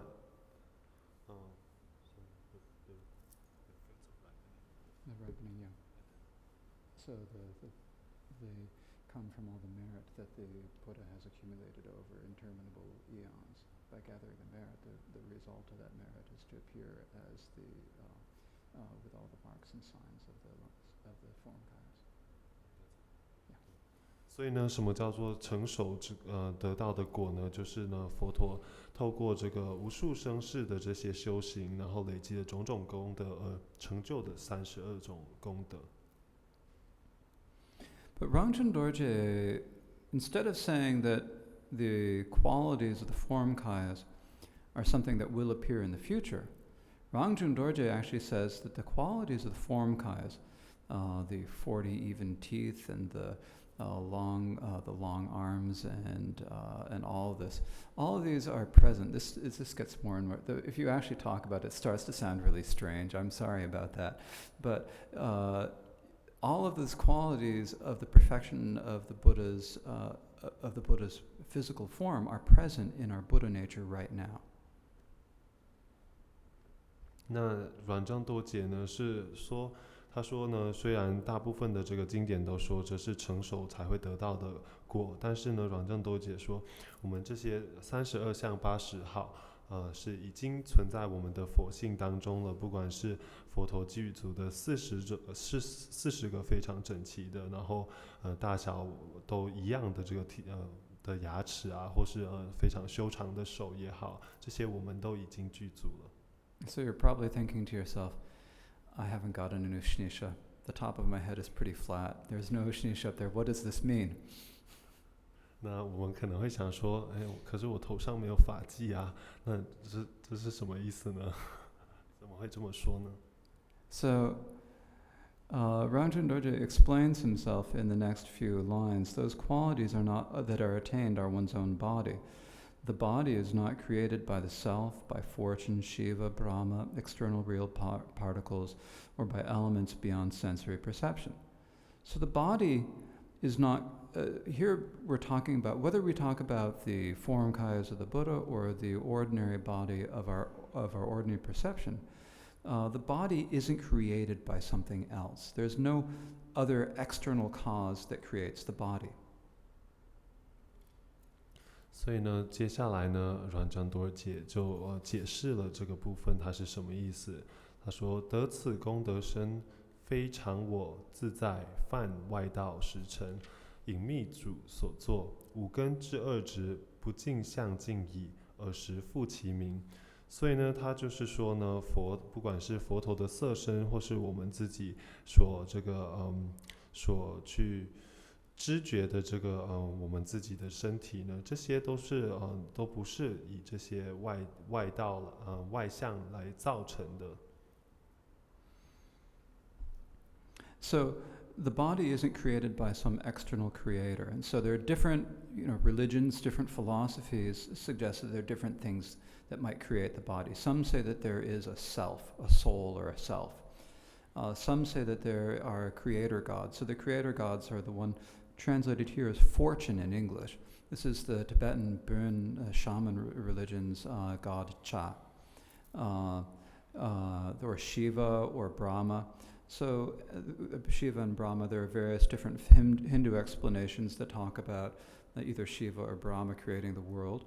And you could include within this Yahweh or Jehovah, Allah, whoever, any creator god. We don't accept that there's any creator god. 所以呢，这里简单来说就是没有一个造物者，我们的身体不是一个造物者所做的。有的有的宗教啊，或是这些思想会说有一个一个常我存在，或是说有的人会说有一个造物者。那个本教有一个叫刹的这个本尊呢，他们会认为他是有这个无上的神旨，然后他是造物者。然后呢，当然印度教也有自在天还有梵天，他们不同的宗教会认为这些才是造世者。然后呢，但是呢，在这里我们的见解是说，没有一个这样的造物者在，然后我们的身体是不是这些外道或是造物者所做的。The next thing it says, external real particles or elements beyond sensory perception. So in Buddhism you have the two lower schools, the Great Exposition and the Sutra school. The Exposition school says that everything is made up of atoms that have real existence. They're momentary, but in each moment they exist. And that our body is made up of atoms that arise and disintegrate in every moment, but they're real. And then the Sutra school says that there are these atoms, but that we can't actually directly perceive them with our senses. They act somehow as a cause that creates an image within our mind, but we don't actually perceive the atoms themselves. But they also still assert that there are atoms, momentary atoms that really exist. So Rangjung Dorje is saying here also that our bodies, what we think of as our bodies, is also not created by any external atoms. 所以呢，在这里呢，接下来是外道时辰。那在这里所说的时辰呢，在这个佛教有不同的这个宗派，有这个有的宗派是认为说我们的身体是由非常微小的这些时辰所造就的，然后呢，也有宗派是认为说我们的身体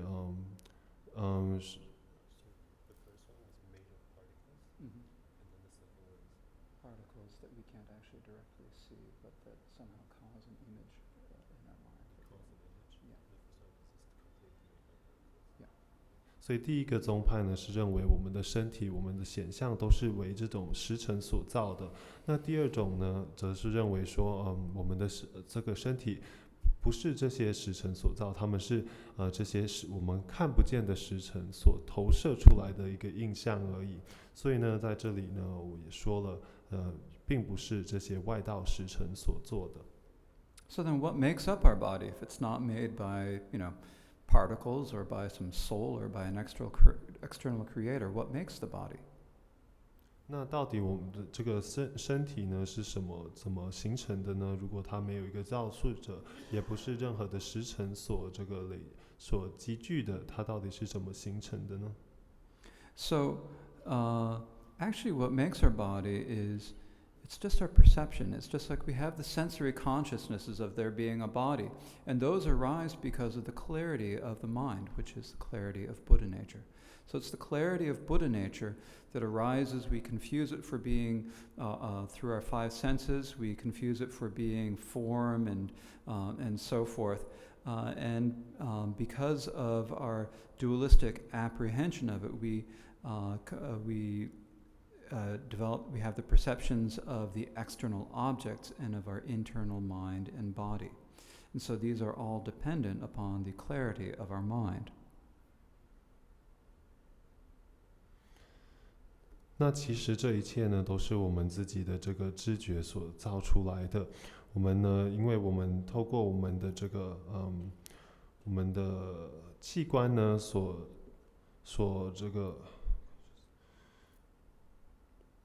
我们透过我们的器官呢，感知了这个我们心的这个明晰的这个部分，然后呢，将这个心明晰的显现，错误的认为了它们是这个我们所见的色，或是所见的显象。那因为这种错误的观念呢，我们产生了二元的分别。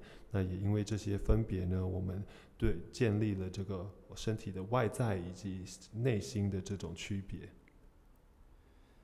And so when we haven't purified our perceptions, when we still perceive things dualistically, our body, the appearance of the body occurs to us because, arises for us because of the imprints, the habitual tendencies from the past. These imprints sort of create an appearance of our body.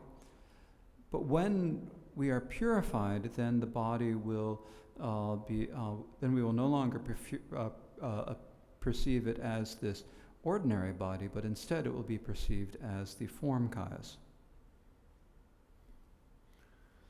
所以呢，当我们的这种分别念还没有被净除的时候呢，我们所有的这个影像啊，或是我们所见的这些身体的显象，就是由我们这个过往的这些习气所串习而成。所以呢，它不是我们所述说的这个法身。但当我们这些所有的分别念烦恼都净除了以后，我们就会发现呢，这些这个功德圆满的身体，就是原本就具足的。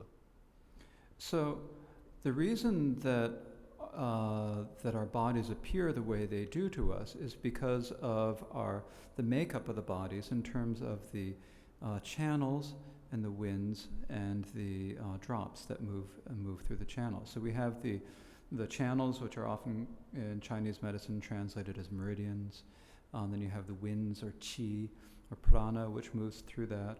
And then there are the bindus or drops. The combination of all of these arises as our body.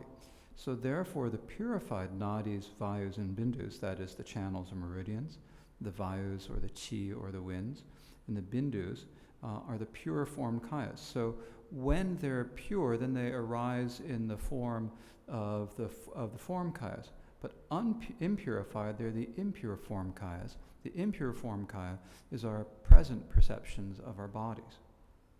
所以呢，在这里呢，我们接下来说，我们的身体是由什么造成的呢？我们身体的元素有哪些呢？有气、有脉、有明点。那当任何这一者，或是说这里面的这些元素呢，它们是不净的，我们就会得到我们现在的这个身体。那当它们是清净的，我们就会得到如来的色身。And so these channels, winds, and drops appear the way they do because of the stains and the imprints within the imprints of the body, or the idea of the body, which is actually in the mind. And so once they're purified, they'll arise as the form kayas. And so the actual qualities of the form kaya are also present. When we purify ourselves, these qualities will naturally appear. We don't need to somehow achieve the form kaya from somewhere else. It's not like it's not like going to the form kaya store and buying yourself I'd like a rupa kaya, please. It's actually already there. You don't need to buy anything. It's already there. We just need to reveal it by purifying the channels and winds within our bodies. 所以呢，我们之所以会我们的身体之所以会如我们的这个印象这般的显现，就是因为呢，我们的这个过往的这些串习啊，还有习气错误的观念所成的。因为我们有了在我们的心中有一个这个身体的这种概念，所以呢，这种概念就是我们所说的这种染污。那当我们可以净除这种概念的时候呢，我们的气脉明点都净除了之后呢，这种如来的色身自然会非常自然的显现。那不是说，所以说要成就这个色身呢，不是说我们到一个商店里说，哦，老板不好意思，我要买个色身这样子取来的，它就是透过净除我们的这些错误的观念而自然显现的。So what this actually reminds me of is something that Rinpoche often talks about when talking about meditating upon the deity meditations. Because a lot of people have this problem when we do deity practice. So you come here and you do your medicine Buddha practice, or we do the Kunchuk Chidu practice, or whatever practice we're doing. And during these practices, we visualize ourselves as the deity, and you might wonder to yourself, how is it reasonable for me to visualize myself as the deity? If I'm going to visualize myself as the medicine Buddha, I can't do that. I'm not blue. I don't have an alms bowl. I haven't got all of these different attributes of the Buddha. So how can I visualize myself as the Buddha? 那在这里呢，让我想起了仁波切常常给予的一个教导。那在我们做本尊的观想的时候呢，不管我们在修持药师佛法门，还是三宝总集的莲师法门呢，我们在这里呢，里面常常要观想自己为这个本尊。但是很多学生都有一个疑问，就是说我怎么做得到呢？我又不是蓝色的，我又没有一个钵可以托，我没有佛陀的32相，我到底怎么做这种观想呢？ But actually, we have all the qualities of the medicine Buddha's body within ourselves. So we have all the qualities of Chenrezig. We have all of the qualities of Guru Rinpoche, or of any of the Buddhas, or Akchobhya, any of the Buddhas we meditate upon ourselves. We have all the qualities of their wisdom mind, present in the form of the wisdom, love, and power of the Dharmakaya that is present in our Buddha nature. We have all the qualities of their bodies, the 40 even teeth, Yushnisha, the long arms, the beautiful color of the skin, which sometimes is golden and sometimes is blue, and sometimes other colors. We have all of these qualities present within our Buddha nature. So when we meditate upon ourselves as the deity, we're meditating on ourselves in the pure form. We're meditating upon ourselves as we really are. It's like, usually my glasses get very filthy, and so, I clean off my glasses and things look clear. So if you sort of clean off the glasses, the lenses of your impure perception, so you can actually purely see who you are, then you will see yourself as the Buddha with all of these qualities. And that is why it is reasonable to visualize yourself as the Buddha.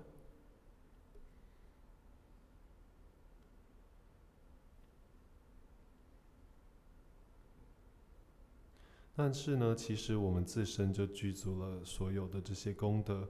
我们呢，其实自身跟这个药师佛啊，跟观世音菩萨，跟莲师跟不动佛是没有差别的，因为呢，他们具足的这个智慧的本性，或是这个他们具足的法身的这些功德呢，不管是智慧啊、慈爱，或是种种力量啊，还有他们具足的色身的这种完好的牙齿啊，有时候身体是金色的，有时候是蓝色，有时候是不同颜色的，这些所有的功德我们都具足。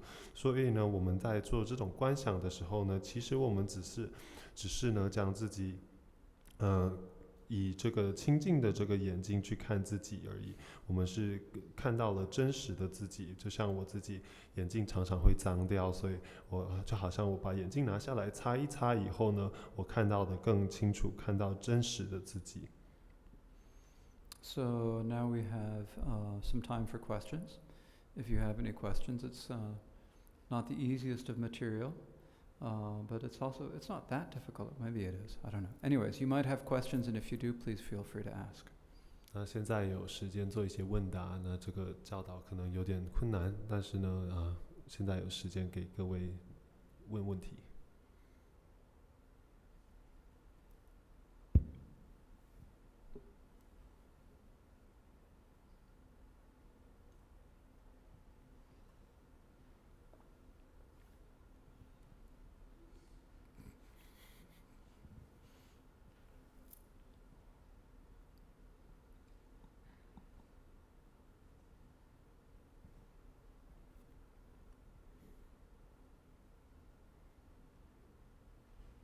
You have a question? Okay, good. Sometimes it just takes a while.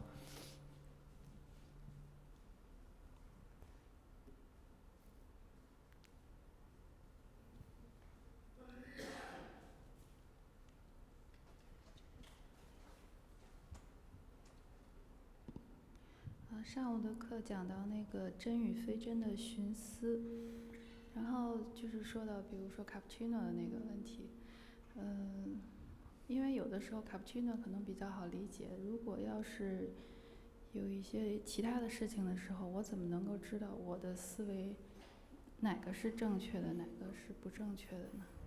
就是处理问题的时候，有思维发生，就是产生的时候。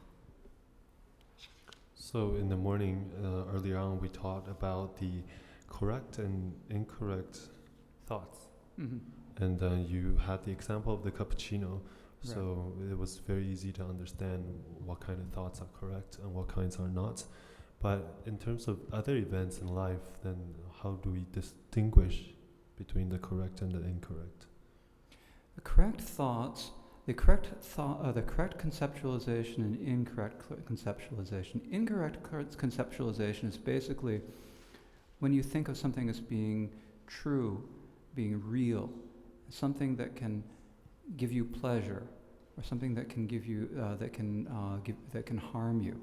If you think of something as being real and able to harm you, able to help you, then that is incorrect conceptualization.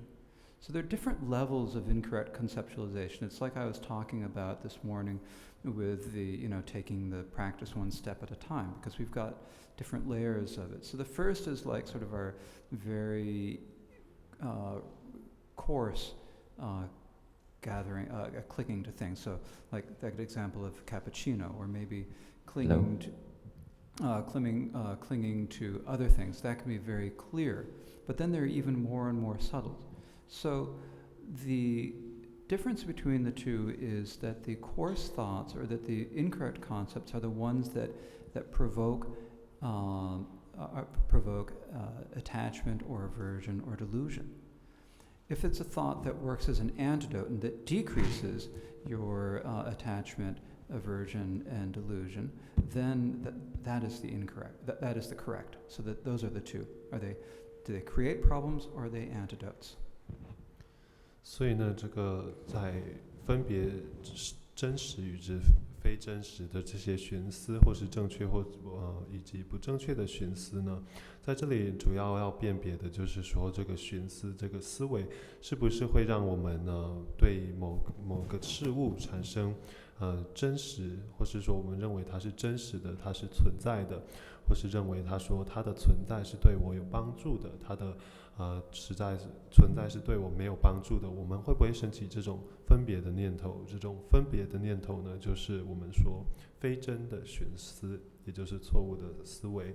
那当然这种思维呢，这种寻思有不同的程度，就像我们说在实修的时候会像阶梯一般一阶一阶的爬上去。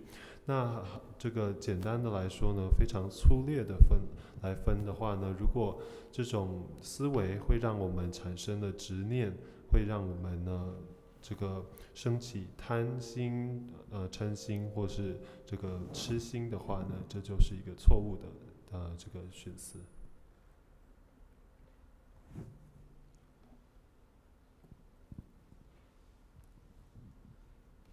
我想请教一下，老师，是不管今天讲的如来藏，我是想请教一下入世和出世的问题。那我们要修行，我们是想要出世，我们避免贪嗔痴。可是我们生活在一个入世的世界，当有人拿走了你的 business， 有人还要拿走你的房子和孩子，你还是这样，去消这个贪嗔痴吗？要避世吗？谢谢 ，Thank you。不好意思，你说最后要什么避世吗？就是。So this question is not particularly related to this teaching, but it's a question in regards to when we say the mundane and transcending the mundane in terms of practice. So in transcending the mundane, we're trying to eliminate our afflictions, such as the greed, attachment, and anger. But when someone is challenging you in the way that they're trying to take away your business, your house, your loved ones, then how are you to go about and still continue to practice such transcending the mundane? Well, it depends a little bit on where you are. Maybe if someone's trying to take away your house, business, and children, you should say, thank you, you're giving me the opportunity to practice Dharma. Now I'm free.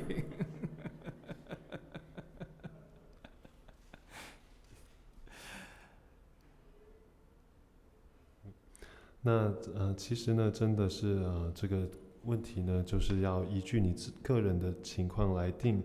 或许呢比较好的话，你会甚至会感谢这个人呢，来抢走你的这个生意啊，抢走你的房子、你的孩子，因为呢他现在给你的一个机会修持佛法，所以这个是依人而定的。But you have to look at where you are. You have to really see, are you able to really do that yet? Are you able to just let go of your house and business and then do what the great masters of the past have done and go off and just devote yourself entirely to Dharma? Most of us aren't there yet. And so until you get to that point, being compassionate doesn't necessarily mean that you're just going to be a limp noodle, to use the English expression.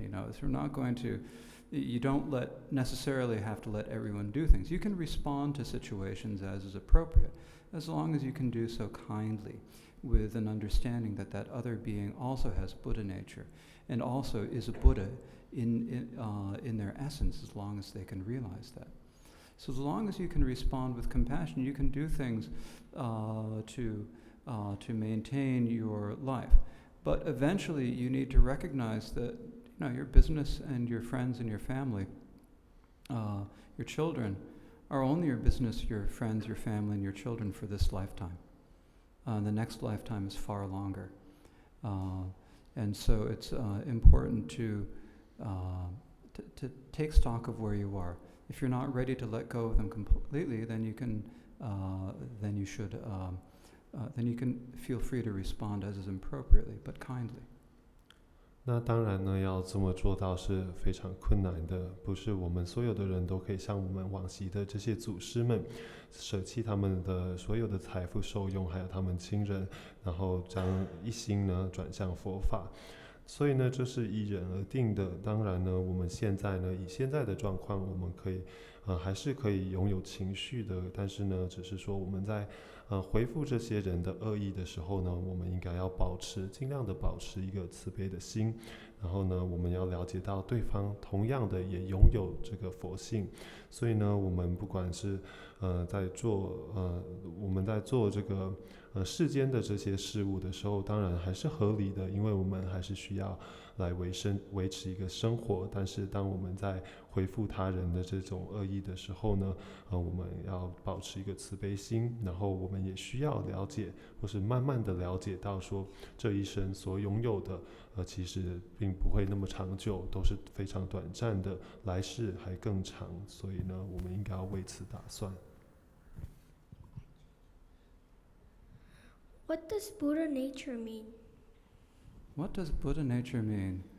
Buddha nature means that you have all of the qualities of a Buddha. You are a Buddha, but you just don't know it.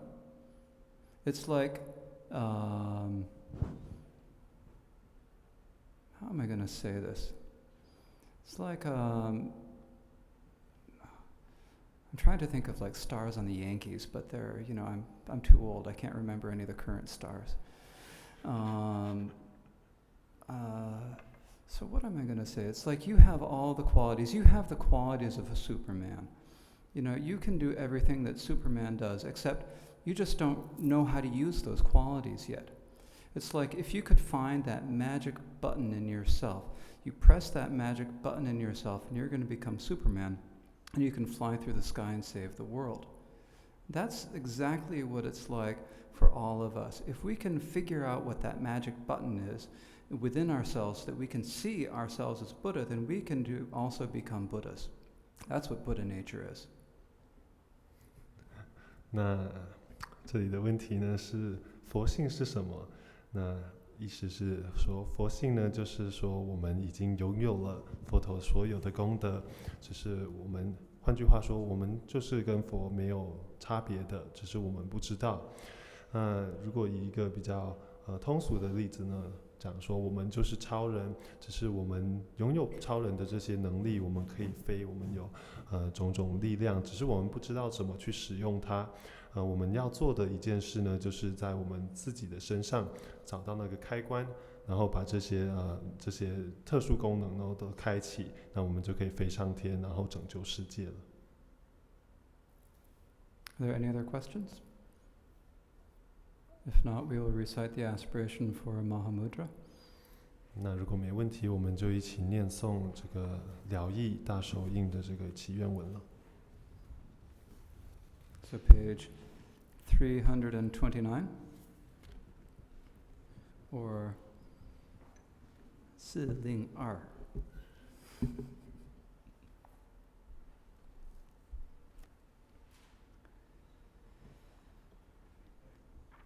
329 402英文329，中文402。Namo Guru Lama Namda Yeram Chilgor La Choju Dusun Yawa Sedanje Dala Zergon Daki Manam Nanji Shindrupe Tunyur Jinlaz Dadan Taye Semjen Tamje Gi Samjor Gamda Gangri Lekebe Korsum Nyome Getso Chujun Angyawa Kushi Jatsur Jujurjik Jisi Dema Topa Desi Do Keran Kewa Tsera Kundoyam Didandunga Raya Midrajim Dege Jatsu Bala Jebarsho Dajur Choto Dezun Sherab Den Shenyen Sangden Dambe Chutobne Tsujin Drula Parche Machi Parche Rab Kundu Tamche Chebarsho Lungri Tebe Mishe Jible Dro Menga Sambe 作门那中。公主의기 내로 지신 살 셰랍 숨기 낭와게 바르쇼 다체 타자 덴신이리든 조쿠르 타자 소니 람초기 시지 타자 드니 제도베 골추메베 처단 제바르쇼 장시 샘니 사통 순조라 청시 차첸 도르제 나조르체 장자로부르 출배지마나 장제지다 추궁운율쇼 시라조도 최바타회댕 델라마인 경화곰배네 공등근라 차정주배 초다공주배 댕단덴발쇼 전남탐제 샘기남조제 샘리샘매 샘기오회통 동심망가 치량낭와 텔레브라타네 시차주발쇼 유만용외 란나유르조 마리홍게라르 다주조 니제왕게 시벨롱도 자마리 출베 제다르주바르쇼 유바마인 야외 경마시 메바마인 고대 군기시 가드마의 성조메란 타라샘기 니토바르쇼 디셰바 강게 천바메 디멘셰자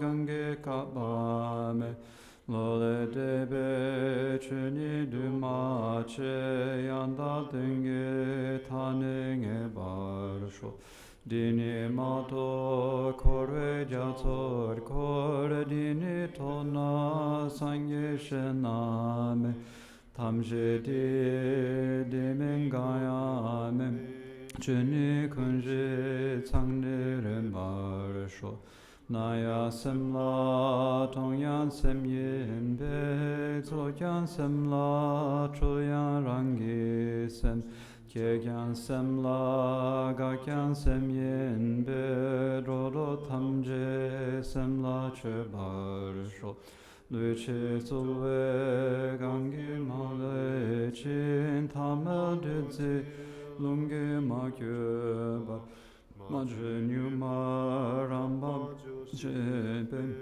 삼든 얌는 계신 경화르쇼 차라도베 바라란 살시 염에 샘기 조강기네 칭무뇨메 리마단라웨 신의자처 미여템바르쇼 달메 셈라 야얀테베체 통메드네 지신하게르통 이민드나 태촌체바니 초메랑오랑기셰브라르쇼 율라테페 율메 셈소통 셈라테베 셈맹오에동 닐라테베 니즈란사조 웰스 셈기네로토바르쇼 이체자와 디니차야체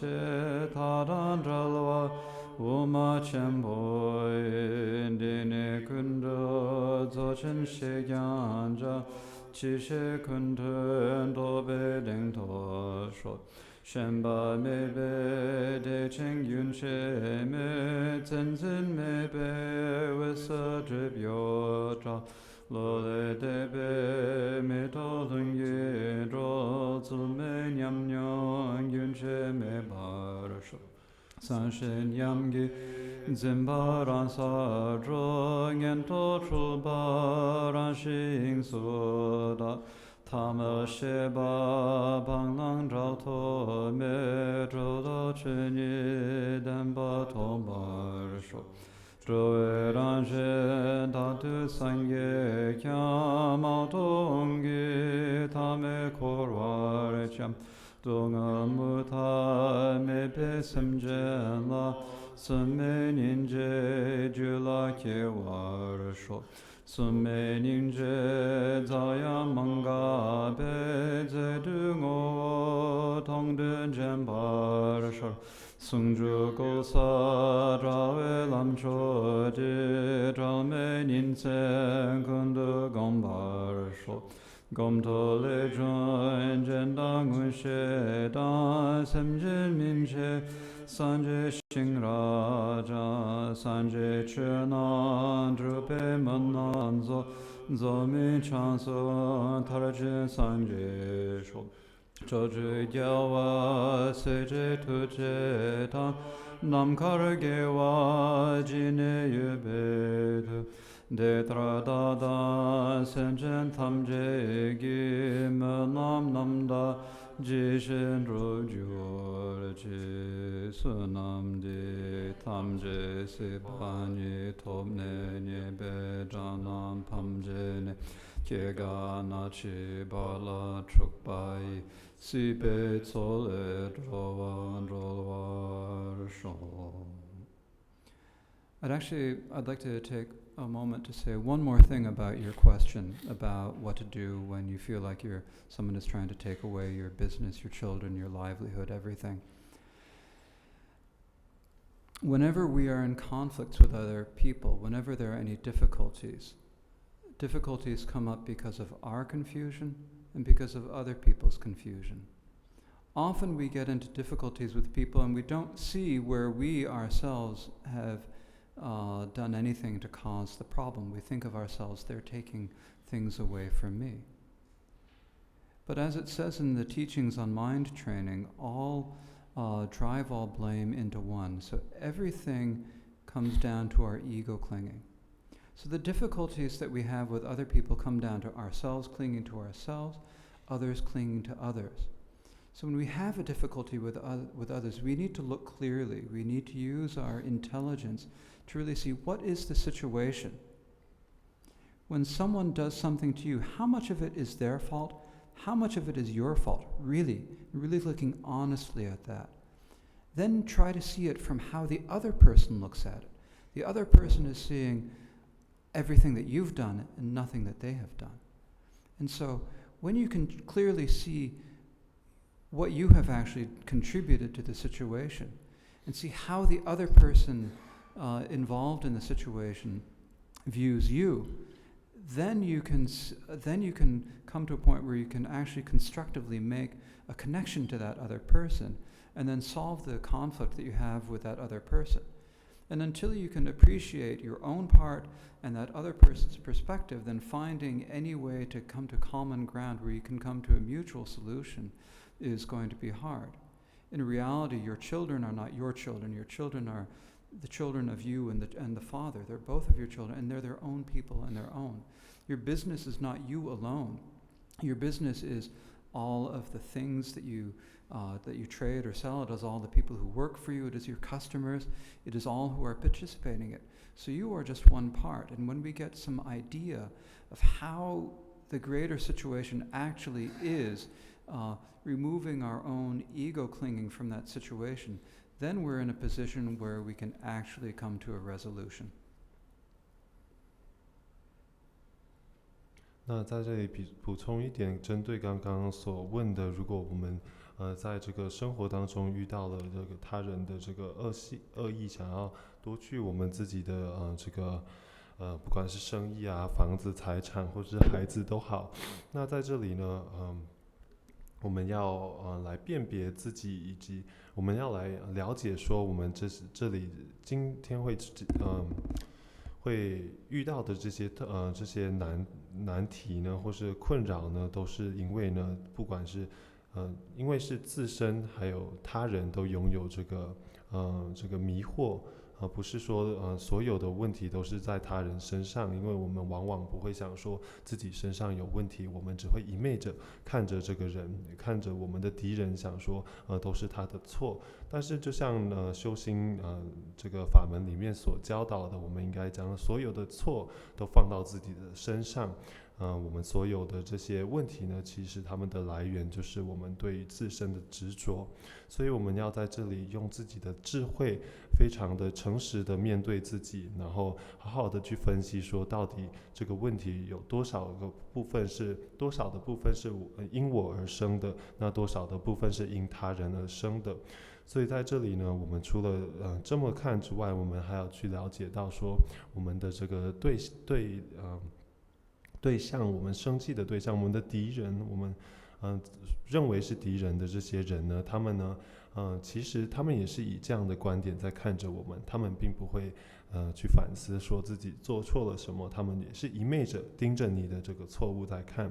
但是我们要了解到说，如果我们可以去这样子去了解他的观点，然后再好好的认知我们自己的错，这样子一来，我们才有一个共同的地方，我们才有办法达到一个合理的这个解决的方案。但是呢，在这里我们常常会认为说，我的小孩是我的。但是呢，如果我们好好的去看的话，我的小孩并不是只是我的，我的小孩是我的先生和我的太太和我一起生的。然后呢，或是说，甚至说他们根本就不属于我，他们是独立的个体，不属于任何的人。那我的生意，什么叫做我的生意呢？我的生意其实就只是我做的买卖的这些物品，还有跟我买的这些客人，还有跟我一起工作、一起做卖出这些动作的这些所有人合起来，我认为是我的生意。所以在这里呢，我们最重要的要做到的就是要达到消除我们对自身的执着，才有办法达到最好的这个解决方法。So thank you very much. 谢谢。